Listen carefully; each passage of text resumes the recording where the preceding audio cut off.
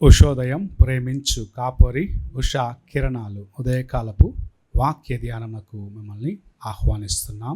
ప్రార్థనతో ఈ ఉదయకాలము దేవుని యొక్క వాక్యమునకు సిద్ధపడదాం. ప్రార్థన. మమ్మల్ని మిక్కిలిగా ప్రేమిస్తున్న పరలోకపు తండ్రి, మా కోసము పరమును విడిచి ఈ లోకమునకు వచ్చి సమస్తమును సిద్ధపరిచిన దేవా, ఈ ఉదయకాలమున నీ వాక్యం వినుటకు మాకు అనుగ్రహించిన నీ కృప కొరకు వందనాలు చెల్లించుకుంటున్నాం. తండ్రి, నాతోనూ మాతోనూ మాట్లాడు. వినగలిగిన చెవిని, నీ వాక్యమును గ్రహించుకునే హృదయమును కలిగి నీ వైపు చూస్తూ ప్రతిదినము నాయన ముందుకు కొనసాగేదానికి నీవే మమ్మల్ని ఆశీర్వదించి నడిపించమని యేసు పరిశుద్ధ నామమున అడిగి వేడుకుంటున్నాను పరమ తండ్రి, ఆమేన్. ఈ ఉదయకాలపు వాక్య భాగము కీర్తనల గ్రంథము మొదటి కీర్తన 3వ వచనం నుండి 5వ వచనం వరకు ఉన్న వాక్య భాగమును చదువుకుందాం. కీర్తనల గ్రంథము మొదటి కీర్తన 3వ వచనము నుండి 5వ వచనం వరకు ఉన్న వాక్య భాగమును చదువుకుందాం. అతడు నీటి కాలువల యోరను నాటబడినదై ఆకువాడక తన కాలమందు ఫలమిచ్చు చెట్టువలే నుండును. అతడు చేయునదంతయు సఫలమగును. దుష్టులు అలాగున నుండక గాలి చెదరగొట్టు పొట్టువలే నుందురు. కాబట్టి న్యాయ విమర్శలో దుష్టులను, నీతిమంతుల సభలో పాపులను నిలువరు. మనము చదివిన వాక్య భాగంలో 4వ వచనం మనం చూసినట్లయితే, దుష్టులు అలాగు కాక గాలికి చెదరగొట్టబడే పొట్టువలే ఉంటారు అని చెప్పబడటం చూస్తూ ఉన్నాం.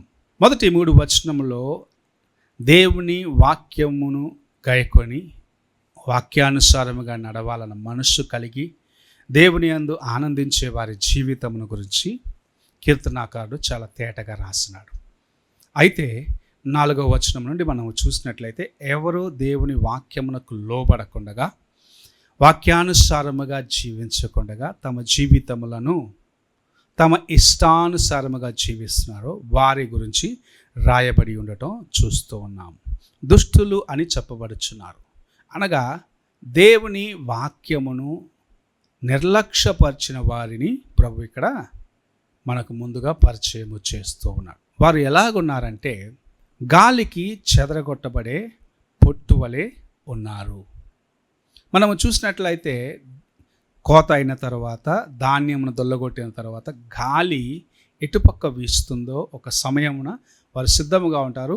గాలి ఎటుపక్క వీస్తుందో ఆ పక్క ధాన్యమును విసిరినట్లయితే అందులో ఉన్న పొట్టు దూరముగా వెళ్ళిపోతుంది. ధాన్యము వారు సేకరించుకునేదానికి వారు సిద్ధపరిచిన స్థలంలో అవి సేకరించబడుతుంది. అనగా వారు తమ జీవితంలో స్థిరము లేని వారిగా, తమ జీవితంలో గాలికి కొట్టుకొని పోయే పొట్టులాగా గాలికి కొట్టబడే ఒక అనుభవంలో ఉన్నారు అని ప్రభు మనకు జ్ఞాపకం చేస్తారు. వారు దేవుని యొక్క కృపచేత తమ జీవితంలో సరిచేసుకున్న దాన్ని బట్టి వారు గాలికి చెదరగొట్టబడిన వారిగా, దేవుడు ఎక్కడైతే వారిని సమకూర్చాలనుకున్నాడో ఆ ధాన్యముగా కాకుండా గాలికి చెదరగొట్టబడిన పొట్టు వలె మారిపోయి తమ జీవితములు దేవునికి దూరమైపోయే అనుభవంలో ఉంటున్నారు. వారు ఎవ్వరికీ ప్రయోజనకరంగా ఉండలేరు.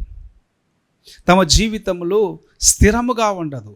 ఎందుకంటే తాము దేవుడు ఎదురు చూసిన ఆ ఆశీర్వాదముగా లేరు, కానీ లోకములో కలిసి పొట్టులాగా మారిపోయినారు. ఈ ఉదయకాలమున దేవుని యొక్క వాక్యమును ఎన్నో దినములుగా వింటున్నావు. దేవుని యొక్క వాక్యమును ఎన్నో దినములుగా ధ్యానిస్తూ ఉన్నావు. ఎన్నడైనా నీ జీవితము ఎలాగున్నది దేవుని దృష్టికి అని పరీక్షించుకున్నావా? ఎన్నడైనా ప్రభువు నేను ధాన్యముగా ఉండాలని ఆశిస్తుంటే నేను ఎందుచేత ఇలాగ పొట్టులాగా గాలికి కొట్టుకొని పోయే ఒక అనుభవంలో ఉన్నాను అని ప్రశ్నించుకోవాల్సిన వ్యక్తిగా నీవు ఉన్నావు. ప్రభు మనల్ని ప్రేమిస్తూ ఉన్నాడు. మనకు తన కృపనిచ్చినాడు. మనం నడవవలసిన త్రోవను మనకు చూపించినాడు. నీవు ఇలాగు నడిచినట్లయితే నీ జీవితము ఆశీర్వాదకరముగా ఉంటుందని మనల్ని హెచ్చరిస్తూ ఉన్నాడు. బాలుడు నడవలసిన త్రోవను గురించి ప్రభు నేర్పించమన్నాడు. నీవు నడవలసిన త్రోవను గురించి ప్రభు తన వాక్యము చేత నీకు బోధిస్తూ నిన్ను బలపరుస్తూ నడిపిస్తుంటే నీవు ఆయన వైపు చూడకుండగా లోకము వైపు చూస్తూ దేవుని యొక్క కృపను పోగొట్టుకుంటున్నావు. నీవు గాలి చేత కొట్టబడిన అనుభవం, ఒక సమస్య వస్తే, ఒక కష్టం వస్తే, ఒక ఇబ్బంది వస్తే నీవు స్థిరముగా ఒక స్థలంలో ఉండలేవు. నీవు చెదరగొట్టబడిన అనుభవంలో ఉంటావు. అలాంటి జీవితము నీలో ఉన్నట్లయితే నీ యొక్క జీవితమును మార్చుకునేదానికి ప్రభు ఈ దినమును నీకు అనుగ్రహించి ఉన్నాడు. నేను దేవుని సన్నిధిలో ఉన్నాను, నేను కూడా ఆ ధాన్యముతోనే ఉన్నాను, కానీ నాలో సారము లేదు, నేను వ్యర్థమని నన్ను జనులు పారవేసే స్థితిలో ఉన్నానే అనుకుంటున్నావేమో. ప్రభు నీకును ఒక తరుణం ఇస్తాడు. ఎలాగూ నీవు దేవుని కోసము వాడబడాలనేది నీ హృదయమును దేవునికి సమర్పించుకున్నప్పుడు మాత్రమే నీవు గ్రహించుకుంటావు. ఈ ఉదయ కాలమున గాలికి చెదరగొట్టబడిన అనుభవంలో నీవు ఉండరాదు అని ప్రభు నీతో మాట్లాడుచూ ఉన్నాడు. ప్రభు తన యొక్క కొట్టలో చేర్చుకుంటే ధాన్యముగా నీ ఉండాలని ప్రభు ఆశిస్తూ ఉన్నాడు. ఆయన నీ జీవితమును ఆశీర్వాదకరముగా చేయాలనుకుంటున్నాడు. నీవే నీ జీవితమును వ్యర్థపరుచుకుంటూ లోకముతో కలిసి నీ జీవితమును పాడు చేసుకుంటున్నావు. ఈ ఉదయ కాలమున నీవు గాలికి కొట్టబడిన అనుభవంలో ఉన్నట్లయితే నిన్ను మార్చుకో, నీ జీవితమును దేవునికి సమర్పించుకో, నీ యొక్క బలహీనతలు దేవుని సన్నిధిలో ఒప్పుకో. ఆయన నిన్ను ప్రేమించి నిన్ను ఆహ్వానిస్తున్నప్పుడు నిన్ను నీవు ఆయనకు సమర్పించుకున్నట్లయితే ఆ ధాన్యము వలె, అనగా ధాన్యమును దొల్లగొట్టిన తర్వాత ఎలాగైతే శ్రేష్టమైన ధాన్యమును తన యొక్క కొట్లలో చేర్చుకుంటాడో ఒక రైతు, అలాగ నిన్ను కూడా ప్రభు తన యొక్క కొట్లో చేర్చుకునేదానికి నీ జీవితంలో కూడా ఆశీర్వాదకరమైన ధాన్యముగా మార్చుటకు ప్రభు ఈ ఉదయ కాలంలో వేచి ఉన్నాడు. నీవు ఆయన వైపు చూడాలి. నీవు ఆయన నడిపించే మార్గంలో ఉన్నట్లయితే గాలి నిన్ను ఏ రీతిగా నేను చెదరగొట్టలేదు, ఎందుకంటే ఆయన యొక్క చేతిలో నీవు ఉంటావు. ఒక్కసారి నీ హృదయాన్ని పరీక్షించుకో. గాలికి చెదరగొట్టబడే స్థితిలో ఉన్నట్లయితే నీవు దేవునికి దూరముగా ఉన్నావు.